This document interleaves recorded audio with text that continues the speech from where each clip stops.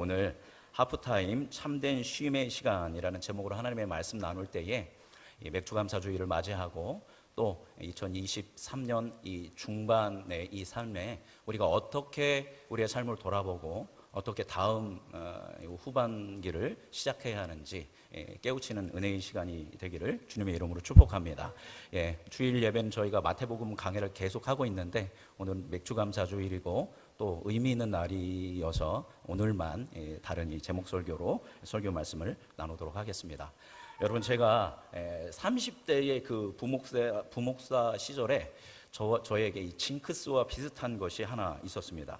제가 목사 안수를 받고 나서 원래 이제 대전에서 한 10여 년 있다가 목사 안수를 받고 이제 충남 부여에서 그 다음에 이 경기의 수원교회에서 또 서울에서 3년씩 각각 거의 3년씩을 제가 섬겼습니다.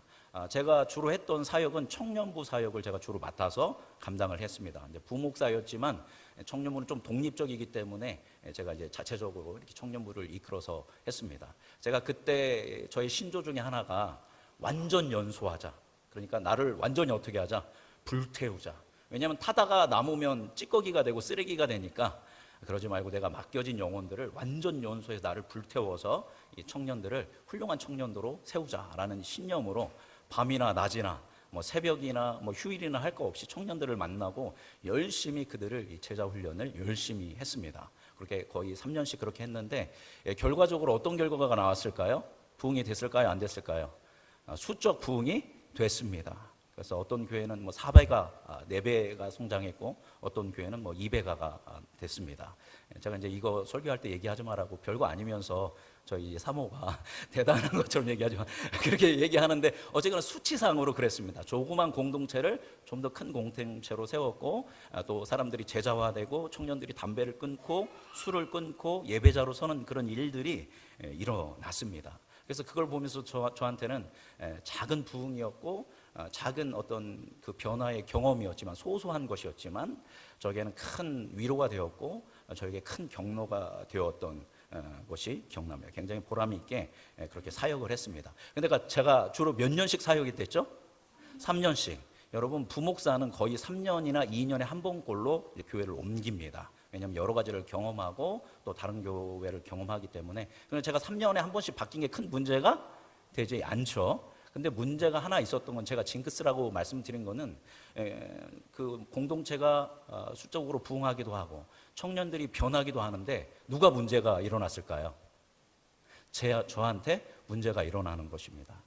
한 3년 좀 만 3년 정도가 되면 제가 좀 지치고 굉장히 무기력해지고 의욕이 생기지 않고 그런 모습이 저한테 있는 겁니다. 그러니까 제가 누구한테 미안할까요? 우선은 하나님께 죄송하고 제가 키우는 이 청년 공동체한테도 미안한 겁니다. 그렇죠. 저는 또 지칠 대로 지쳐 있고 그럼 저의 머릿속에 어떤 생각이 날까요? 이제 교회를 딴 데로 옮겨야겠다. 지금 이 청년부는 새로운 지도자가 와서 새로운 목사가 와가지고 여기 청년부를 이끌면 되겠다. 내가 할 역할은 여기까지인 것 같다. 왜냐하면 제가 너무 뭐하니까 지치고 무기력해지니까요. 그러나 공동체는 잘 굳건하게 세워졌지만 그래서 또 옮기고 그렇게 3번을 옮겼던 경험이 있었습니다. 공동체도 부흥하고 청년들도 변하는데 저는 왜 그렇게 됐을까요? 그죠? 당연히 으쌰으쌰하고 힘이 나고 제가 막 더 열심히 해야 하는데 왜 그랬을까요? 제가 그래서 돌아보았습니다. 왜 나는 3년에 한 번씩 그렇게 옮겼을까를 돌아보았을 때 그것은 제가 뭐가 왔기 때문이냐면 저에게 번아웃이 왔기 때문이다라는 것입니다. 번아웃. 그 세계보건기구에서도 이 번아웃 증후군이라는 증후군을 인정하고 있습니다.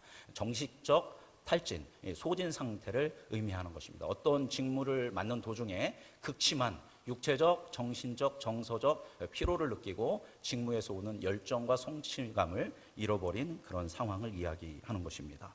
즉 몸도 지치고 마음도 지치고 모든 상태가 극도로 지친 상태를 이야기하는 것입니다. 제가 제 좌우명에 대해서 말씀드렸죠.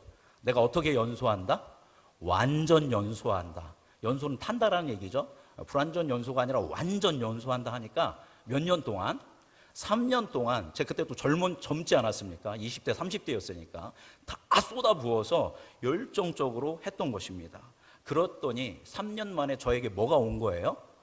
번아웃이 온 것입니다. 뭔가 공동체는 부흥하고 있는 것 같지만 좋은 상태이지만 저는 지치고 저는 탈진이 오고 굉장히 무기력한 어떤 그런 상황에 제가 빠지게 됐다라는 것입니다. 우리가 육체적으로 정서적으로 탈진되면 또 피로감 느끼고 또 열정이 식어지고 또 좌절감이 느껴지고 의욕이 상실되고 무기력해집니다. 이런 상태를 뭐라고 이야기하냐면 슬럼프라고 이야기하죠. 슬럼프에 빠지게 되는 것입니다.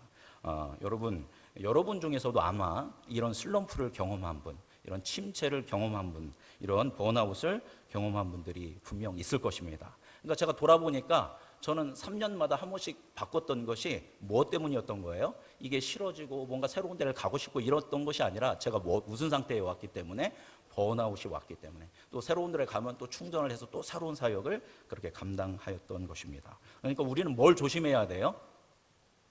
번아웃을 조심해야죠. 제가 음성중앙교회에 온 지 지금 만 2년 반 됐습니다.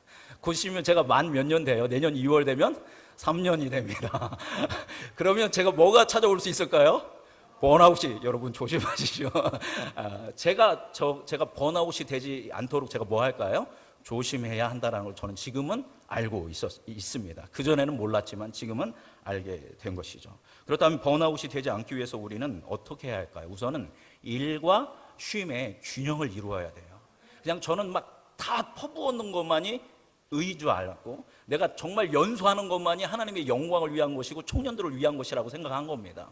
물론 청년들에게 유익이 되고 교회에도 저에도 유익이 됐지만 그러나 저는 지혜롭지 못했던 거죠. 일만 한 거죠. 워커홀릭처럼 일만 하니까 저에게 이런 번아웃이 찾아와서 더 그들과 함께 더 깊은 관계를 형성하면서 좋은 공동체를 만들 수 있는 기회를 어떻게 보면 놓친 것입니다.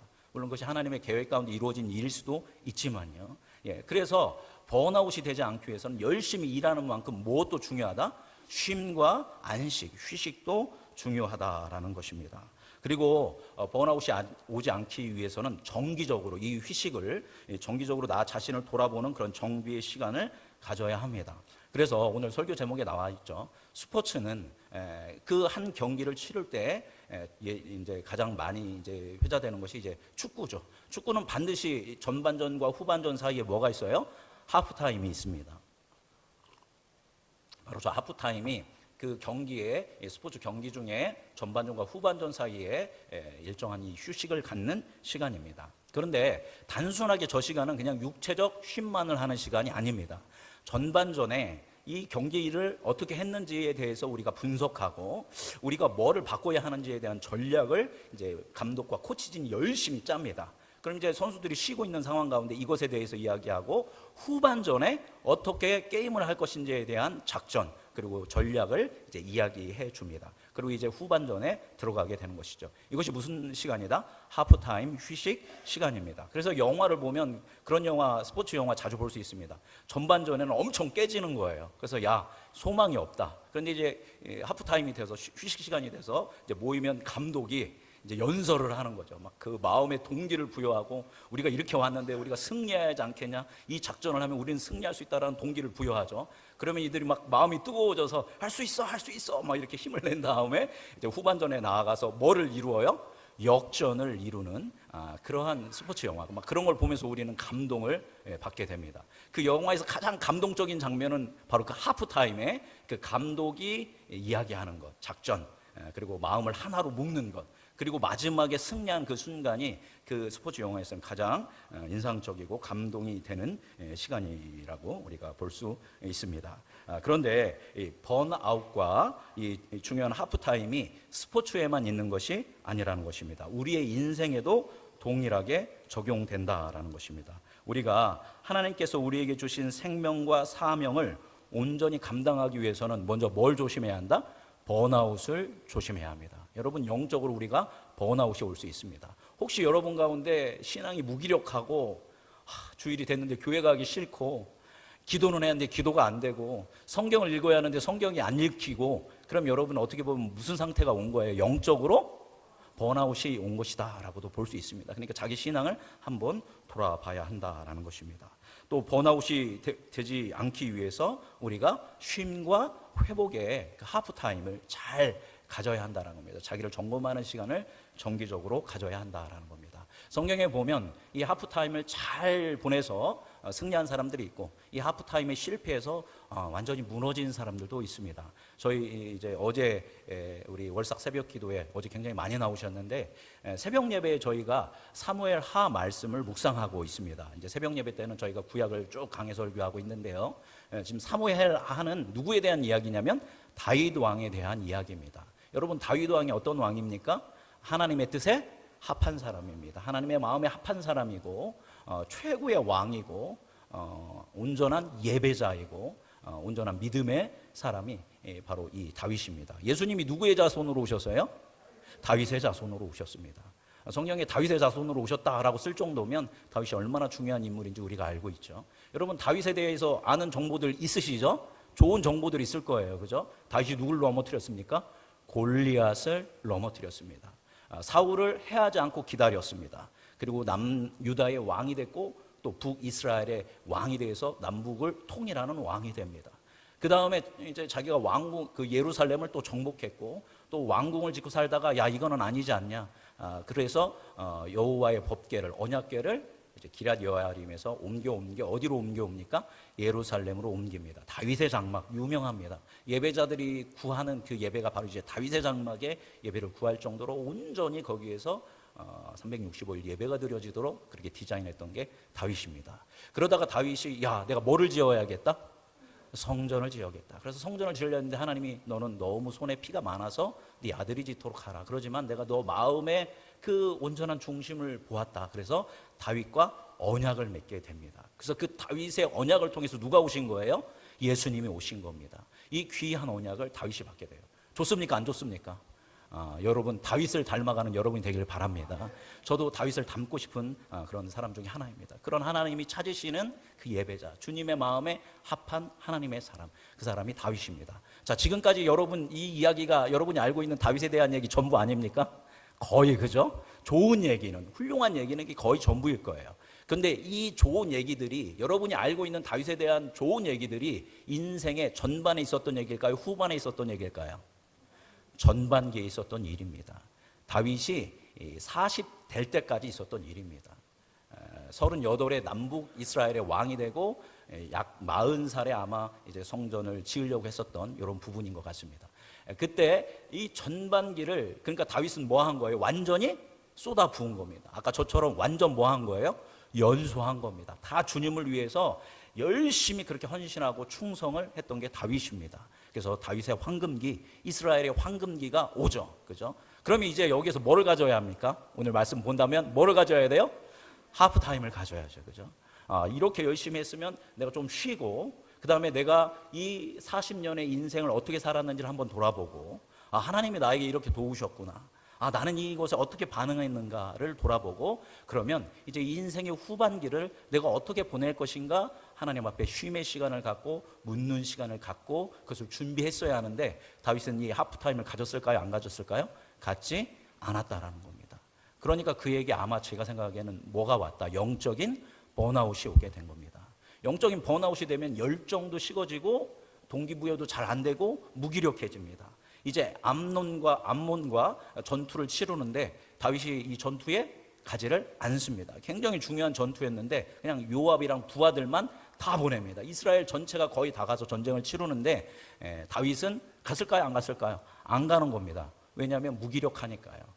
그리고 어떻게 하냐면 성경 말씀을 제가 그대로 말씀드리는 겁니다. 누워 있습니다. 어느 시간에 누워 있을까요? 낮에. 그냥 계속 낮잠 자면서 침상에 뒹굴뒹굴 다윗이 그렇게 보냅니다. 무기력함에 빠진 거죠. 그죠? 그리고 정신이 없는 겁니다. 지금 자신의 백성들은, 자신의 부하와 군사들은 목숨을 걸고 싸우고 있는데 자기는 대낮에 침상에 누워서 뒹굴뒹굴 거리다가 해가 떨어지고 선선해지니까 그때 뭐 했을까요? 침상에서 일어납니다. 그리고 이제 산책이나 할까? 지금 군사들은 그렇게 싸우고 있는데 그렇게 산책을 쭉 하다가 결국 목욕을 하고 있던 밧세바를 보고 밧세바와 간음을 하게 되고, 그 다음부터 그의 인생이 무너지기 시작합니다. 이게 아마 40대 중후반에 있었던 일인 것 같아요. 그 다음에 이제 그러면 50이 돼요. 이제 그리고 50대부터 70까지 살게 됩니다. 이제 다윗의 인생 후반기가 되죠. 이제 밧세바로 인해서 그가 무너지게 되고, 물론 회개를 하지만 그의 가문에는 정말 있을 수 없는 비참한 일들이 다윗이 죽을 때까지 계속 일어납니다. 장남이 그 배다른 여동생을 겁탈하게 됩니다. 다윗의 입장에서는 아들이 딸을 겁탈한 겁니다. 그런데 다윗이 그것에 아무것도 안 해요. 그리고 또 나중에 2년이 지난 다음에 셋째 아들이 압살롬이 큰 아들을 어떻게 해요? 죽입니다. 그죠? 다윗이 아무 일도 하지 않습니다. 그리고 도망칩니다. 도망친 상태도 그냥 내버려둬요. 나중에 돌아와요. 돌아왔을 때도 아무 얘기 안 합니다. 그 다윗의 믿음의 사람이, 훌륭한 사람이 그 긴 동안 11년이라는 기간 동안 아무것도 하지 않고 결국 압살롬이 반역을 일으키게 되고 다윗은 쫓기게 됩니다. 그 이후에도 다윗은 하지 말아야 할 것들을 자꾸 행해가지고 이스라엘의 수만 명이 죽는 일도 또 발생하게 됩니다. 그래서 다윗의 후반부를 보면 비참한 인생입니다. 물론 그 순간순간 회개했기 때문에 하나님께서 다윗을 버리지 않고 하나님의 뜻에 합한 사람이라는 평가를 받았지만, 우리가 객관적으로 보면 그 다윗의 전반부는 위대한 삶이었지만 후반부는 전혀 우리가 본받을 만한 것이 없는 것이 다윗의 인생이다라는 겁니다. 그러니까 다윗은 무엇을 제대로 하지 못했다? 이 하프타임을, 이 중간중간 자기를 점검하고 비전을 이제 다시 확인하고 사명을 확인하고 쉼의 시간을 갖지 못하고 계속 달리기다 하다 보니까 영적으로 또 심리적으로 인격적으로 번아웃이 와서 이런 위기가 다윗에게 찾아왔다라는 것입니다. 자, 그렇다면 또 어떤 사람도 있을까요? 번아웃을 잘 가진 사람도 있습니다. 이 하프타임의 시간을 잘 보낸 사람은 오늘 본문 말씀에 나오는 12제자입니다. 오늘 우리가 읽은 1절부터 사도행전 1장 1절부터 5절 말씀은 예수님이 부활하신 이후에 제자들에게 일어났던 일들입니다. 여러분, 제자들이 언제부터 목숨을 걸고 예수 그리스도의 죽으심과 부활에 대해서 증언하기 시작했을까요? 예수님이 우리의 메시아다, 예수님이 우리의 구원자다 목숨 걸고 언제부터 증언했을까요? 1번, 예수님이 십자가에 죽으시는 것을 보고 감격해서 제자들이 복음을 증언하기 시작했다. 여러분 고르셔야 돼요. 자, 졸리신 분들 정신 차리시고.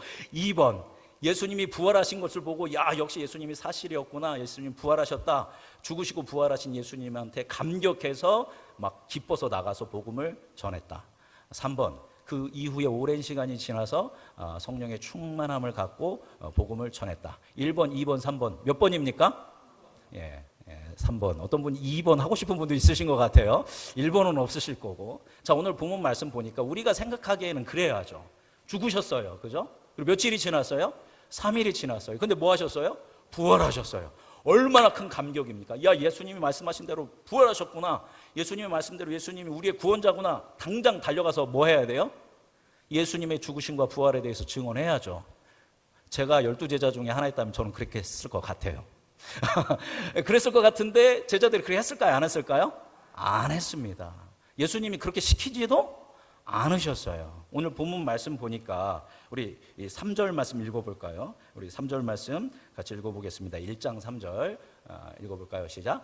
40일 동안 그들에게 보이시며 하나님 나라의 일을 말씀하시니라. 그러니까 예수님이 부활하시고 며칠 동안 40일 동안 제자들에게 나타나셨어요. 계속 함께 있지는 않으셨지만 40일 동안 제자들에게 나타나셔서 뭐에 대해서 말씀하여 주셨습니까?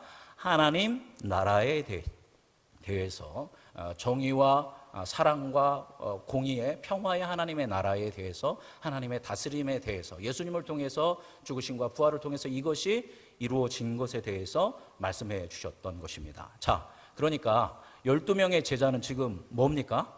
축구로 따지자면 축구 선수가 되는 겁니다. 그죠? 전반전 제자들이 열심히 했습니다. 3년 반 동안 전반전 열심히 치렀어요. 제자들이 그 전반전 이겼을까요? 졌을까요?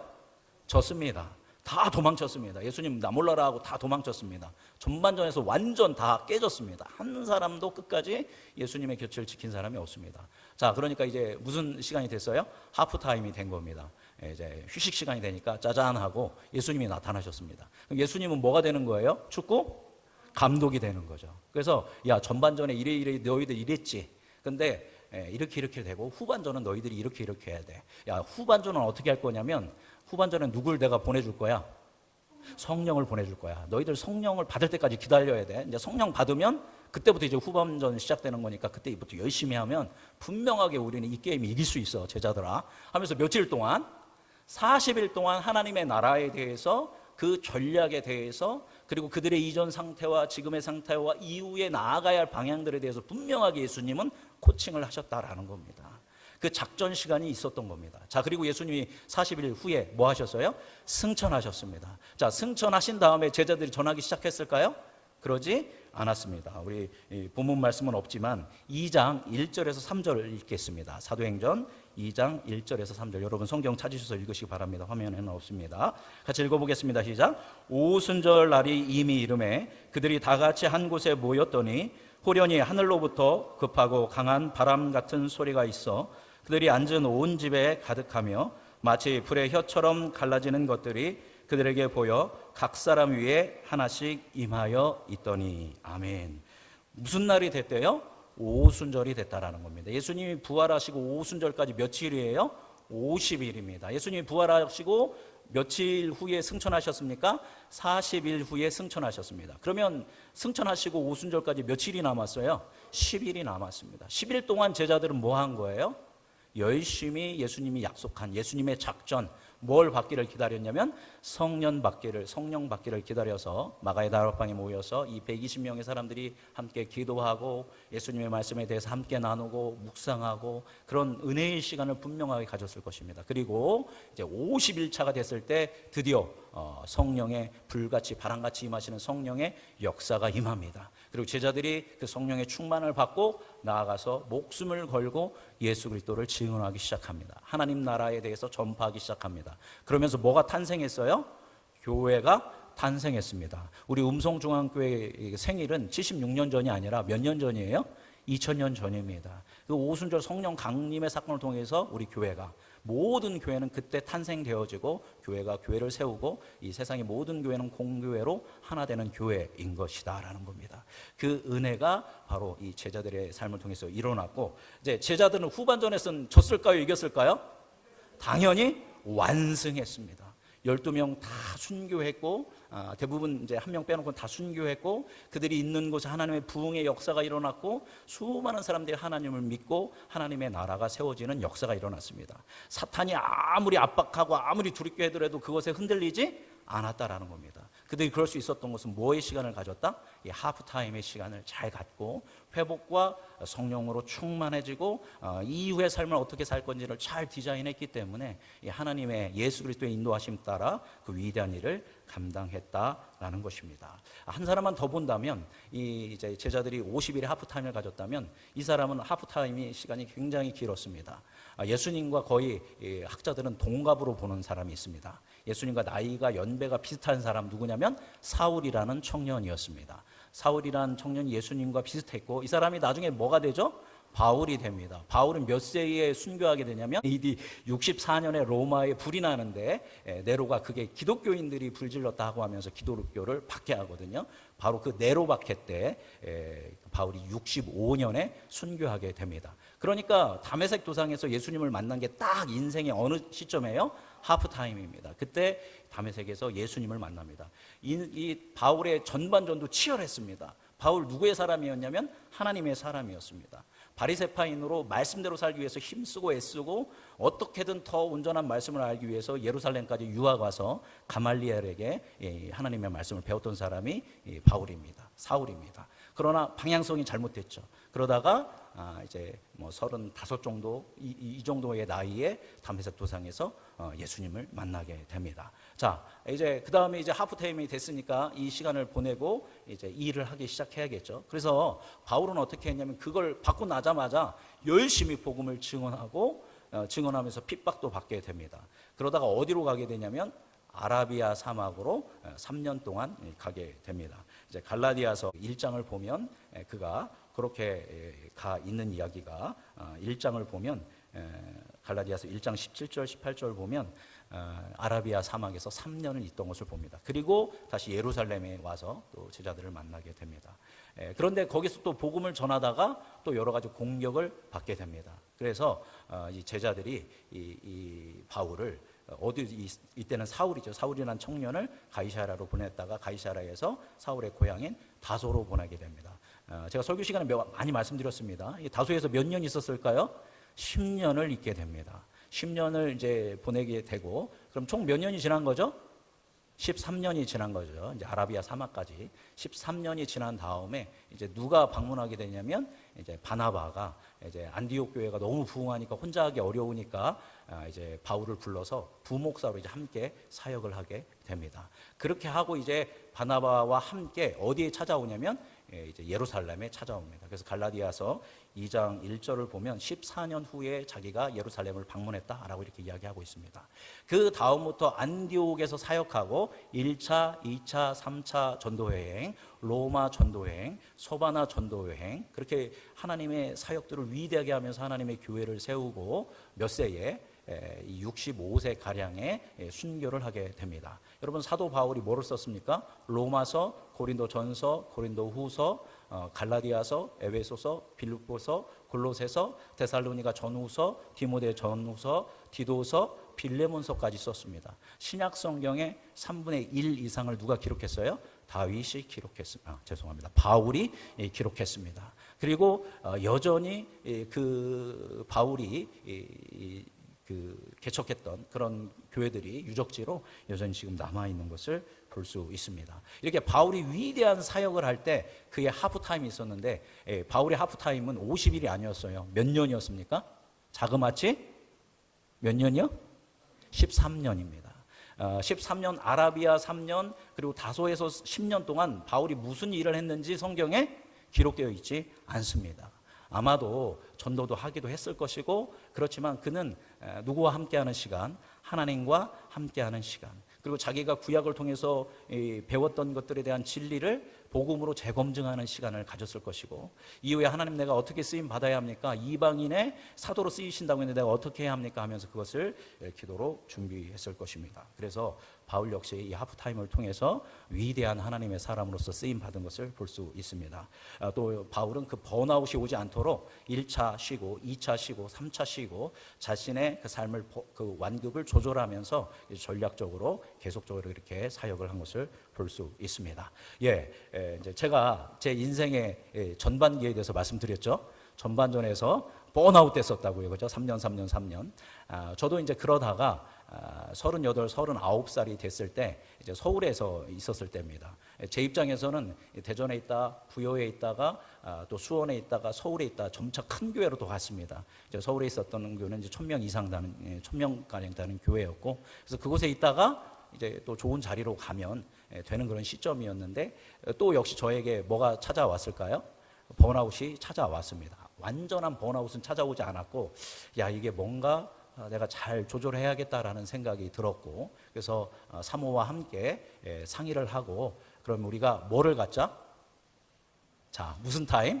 여기 제목 있잖아요. 하프타임을 갖자라고 해가지고 모든 목회를 다 내려놨습니다. 있을 수 없는 일이죠. 목회 잘하다가 이제 담임 목사로 가야 할 시점에서 모든 거 다 내려놓고 이제 그 제주 열방대학 와웸, 세계에서 가장 큰 선교단체죠. 열방대학에 가서 선교 훈련을 받게 되었습니다. 그리고 그곳에서 이제 아내도 이제 사모도 훈련을 받고 저도 여러 가지 훈련을 받으면서 쉼과 충전과 회복의 시간을 갖게 되었습니다. 그리고 제가 생각하기에는 그 전과 그 이후에 사역하는 모습은 제가 완전히 바뀌었습니다. 그리고 제가 목사로 가지고 있던 그 권위주의도 많이 내려놓게 됐습니다. 왜냐하면 그 선교단체에서는 목사로 대우해주지 않습니다. 다 이 선교단체는 뭐로 하냐면 형제와 자매로 이렇게 이제 함께 만나게 됩니다. 서로가 서로를 존중하기 때문에 제가 함께 그 평신도들을 경험했을 때, 그렇게 자기 삶을 들여서 이 선교단체에서 훈련하는 사람들을 봤을 때 절대 누구에게 뒤지지 않아요. 목회자에게 뒤지지 않는 그런 훌륭한 평신도 사역자들을 보았습니다. 좋은 리더십을 경험했고, 그렇게 하면서 제가 예루살렘에서 6주, 또 일본 오키나와에서 6주, 또 중국 또 티벳에서 6주, 전 세계를 돌아다니면서 거기서 선교하고, 또 거기서 또 학교를 열고 기도하고 또 예배하고, 그런 시간을 5년 동안 제가 갖게 되었습니다. 제가 지금 계속 목회했으면 제가 어디 예루살렘을, 이스라엘을 6주나 갈 수 있겠습니까? 그 선교지들을 어떻게 6주 갈 수 있겠습니까? 그래서 그 선교지를 밟고 그 땅의 상황을 보고 예루살렘이 어떤 땅인지, 그리고 그 땅의 필요가 무엇인지 저는 그곳에서 만날 수 있고 발견할 수 있었고, 또 제가 여태까지 어떻게 보면 제가 굉장히 부흥했다고 했지만 제가 번아웃이 되었지 않습니까? 그러면 이제 교회를 옮기기 위해서는 약 2주에서 한 달, 길게는 한 달의 시간을 갖고 교회를 옮깁니다. 근데 저에게 어떤 일이 일어나냐면 3일이 지나지 않습니까? 쉰 지 3일이 지나면 제가 불안해지기 시작하는 겁니다.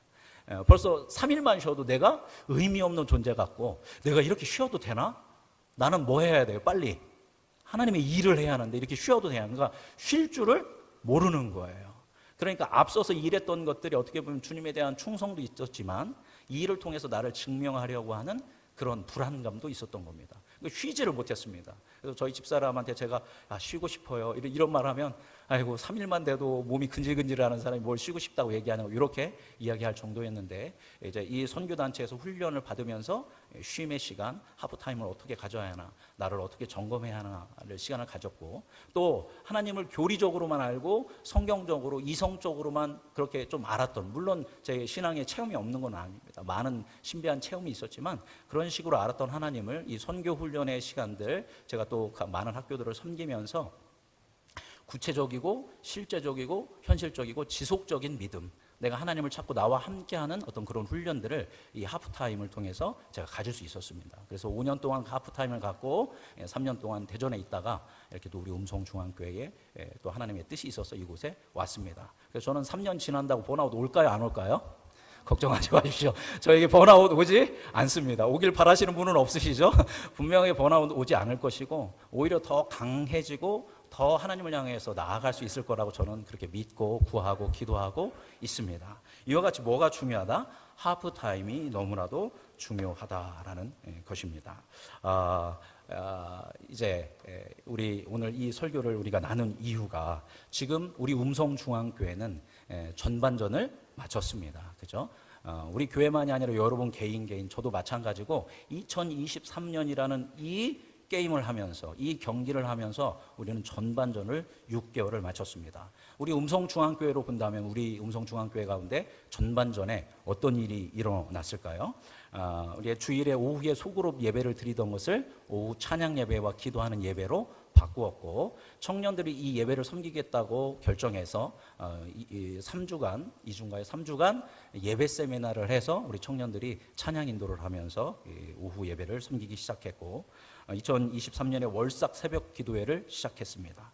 또 사순절 일사가고 기억하시죠? 일사가고 하면서 우리의 믿음을 다졌고, 튀르키예 지진이 일어났을 때 우리가 구제 헌금해서 60만 원을 튀르키예 선교사님께 보내드렸고, 부활절에 일사가고를 통해서 모인 구제 헌금 150만 원을 어려운 한 가정에 또 우리가 섬겨서 흘러 보냈습니다. 부활절에 한 분이 성인 세례를 받고, 한 아이가 유아 세례를 받았고, 한 청년이 견신례를 받았습니다. 또 부활절이 끝난 다음에 봄 대신방 기간 동안 23가정이 말씀으로 신방을 받았고, 또 9주 동안 항존직 임직자 교육을 했고, 또 구역 헌신 예배를 2023년에 시작했습니다. 또 옆에 창고용 컨테이너를 또 설치했습니다. 또 가장 중요한 것, 5월 21일에 우리 두 분의 장로님이 임직 받으셨고, 또 시무권사님 5분이 임직 받으셨고, 명예권사 3분이 추대되셨습니다. 그래서 우리 많은 지도자들이 세워지셨습니다. 또 그리고 올해 들어서 오늘 이제 등록하시는 분까지 2023년에 4분이 등록하셨고, 또 한 분은 이제 등록을 고민하면서 교회를 다니고 계십니다. 이와 같이 이 전반전에 여러분 우리 안에 많은 일들이 있었다라는 것입니다. 근데 이거를 돌아보지 않으면 여러분 2023년 전반에 우리 안에, 우리 교회에 어떤 변화가 있었는지 여러분 잘 기억이 안 나십니다. 그러나 내가 이 전반전에 어떤 일이 있는지, 그리고 이 사건이 우리 교회에 어떤 의미가 있었는지, 나에게 어떤 의미가 있었는지를 되새겨 보아야 한다는 겁니다. 그때 우리의 감사의 고백이 나오게 되고, 그때 하나님이 이렇게 역사하셨구나라는 그림들이 우리 안에 그려지기 시작한다는 겁니다. 근데 우리 교회가 잘한 것만 있을까요? 여전히 우리는 전도를 제대로 못하고 있는 연약함도 있고, 여전히 부족한 여러 가지 부분들이 있습니다. 그렇기 때문에, 그렇다면 이 부족한 부분들을 내가, 그리고 우리 교회가 어떻게 점검하고 이 후반기에는, 나머지 6개월 가운데는 이것을 행해야 할 것인가 기도해야 할 것입니다. 우리 표어 다 외우시죠? 전체 표어는 뭡니까? 말씀의 노가 그리스도를 담고, 기도의 노가 성령으로 채워지고 이웃의 노가 하나님을 나타내는 교회. 자, 모르시는 분들은 주보 제일 앞에 있습니다. 그죠? 그리고 5월의 표현은 뭡니까?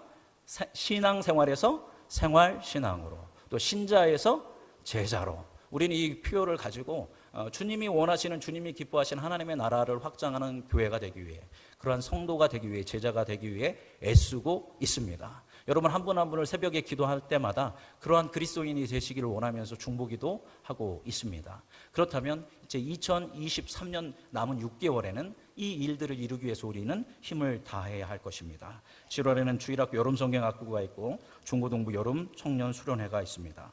또 좋은 목사님을 모셔서 또 설교를 듣는 시간을 가지려고 합니다. 또 11월에는 다니엘 기도회를 드리려 하고, 또 추수감사절, 성탄절, 송구용신 등 여러 가지 중요한 그 하프타임들이죠. 어떻게 보면 그 중간중간 우리를 점검하며 돌아보는 그런 많은 것들을 준비하고 있습니다. 여러분 정신 차리지 않으면 그냥 훅 지나간다라는 것입니다.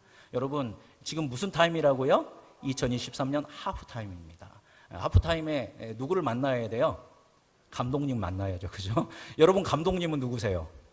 지만근 목사가 감독 아니죠. 그죠? 누가 감독입니까? 하나님이 감독입니다. 그래서 여러분 감독을 만나요. 우리 교회도 이제 목사가 하는 것이 아니라 누가 하시는 거예요? 하나님께서 저와 여러분을 통해서 일하시는 겁니다. 그렇기 때문에 이후에 일어날 일들이 있을 때 이걸 통해서 하나님 어떻게 역사하실 것인지, 내가 목사로서, 내가 장로로서, 권사로서, 집사로서, 성도로서, 청년으로서, 청소년으로서 어떤 영역에서 어떻게 교회를 섬겨야 합니까? 하나님께 물어야 한다라는 것입니다. 그래서 이 하프타임을 우리가 이 시간을 통해서 잘 보내고 우리 교회 후반기에 하나님의 놀라운 은혜를 경험하는 은총이 있기를 간절히 소망합니다. 그런데 교회만이 아니라 여러분 개인에게도 지금 하프타임이다라는 것입니다. 우리 맥주감사 주일을 드리면서 상반기 가운데 역사하셨던 하나님께 먼저 온전히 감사드린 여러분이 되기 바랍니다.